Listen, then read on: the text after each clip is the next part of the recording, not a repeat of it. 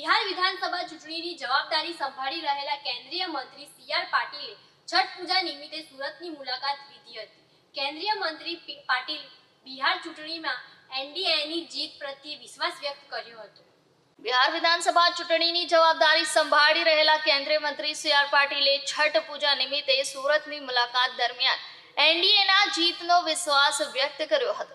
સુરતમાં આયોજિત છઠ પૂજા સમારોહમાં હાજરી આપતા પાટીલે જણાવ્યું હતું કે વડાપ્રધાન નરેન્દ્ર મોદી અને મુખ્યમંત્રી નીતિશ કુમારના નેતૃત્વમાં બિહારમાં એનડીએ ફરી સરકાર બનાવશે.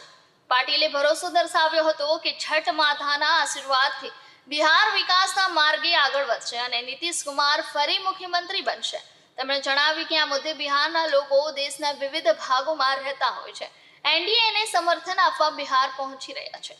રાજકીય રણનીતિકાર પ્રશાંત કિશોરના સરકાર બનાવવાના દાવાને પણ પાટીલે સખ્ત શબ્દોમાં નકારી કાઢ્યો. તેમણે કહ્યું, માત્ર બોલવાથી કશું થતું નથી, તેની માટે કામ કરવું પડે છે. પાટીલના નિવેદનથી સ્પષ્ટ થાય છે કે ભાજપ જેડીયુ ગઠબંધન બિહાર ચૂંટણીમાં પોતાની સ્થિતિ મજબૂત માને છે.